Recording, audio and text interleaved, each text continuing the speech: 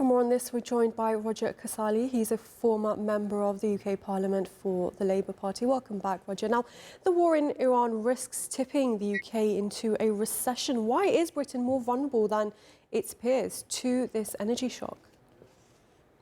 Good morning. That's a great question. And of course, the UK is a major importer of oil, in contrast to the United States, for example, which is world's biggest producer of oil. And so it's very, very susceptible to a price shock that comes from the oil markets. And with the huge spike in the price of crude oil, the UK is particularly exposed to that. Its energy sector is particularly dependent on crude oil imports, certainly in relation to the United States, but also in relation to Europe. And with households facing a rise in energy costs, is the government's response enough? Well, I think that's right to pinpoint the government's response. Even if the war ended tomorrow, and let's hope it ends as soon as possible and the Straits of Hormuz are opened, it's still going to take a long time for oil prices to go down again.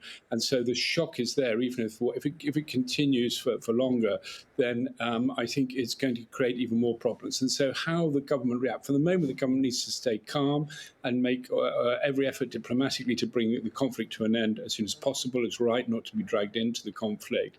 But in terms of helping households, as you pointed to, and businesses, what it does is going to be very, very important. It's sending out a message asking people to stay calm, not to panic. It doesn't use those words, otherwise people will panic, but it's looking to send out a message of strength and stability. That's important in itself, that consumers and households don't change their behaviour. But it will also need to take some fiscal measures. It will need to help with fuel costs, with energy costs, with households. It can do, again, something perhaps it can do in the short term, but going to be difficult in the longer term.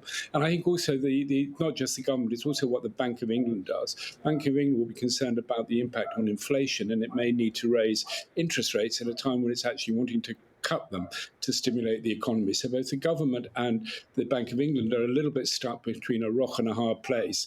But how they react is going to make a difference to how deep this crisis becomes. But for the moment, they're staying calm, they're putting a message of stability. And I think that is important in itself at this time, until we see what happens next in the crisis itself.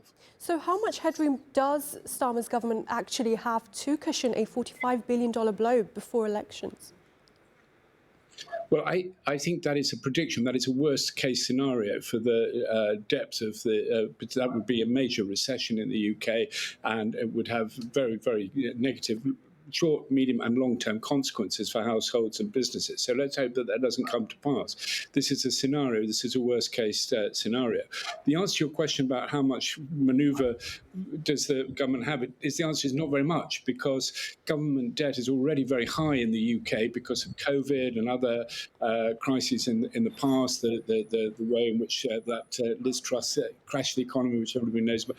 The UK finances are still recovering from that and from COVID. And so the level of debt is at a historic high already. So it's difficult for the government to borrow. And it's difficult for the government to tax, because tax rates are also quite high in the UK historically. So it doesn't have that much room for manoeuvre.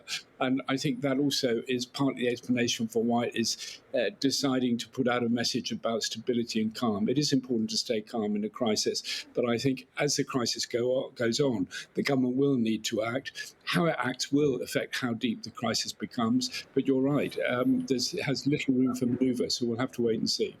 Great to have your insights, Roger Casale in London. Thank you very much, as always.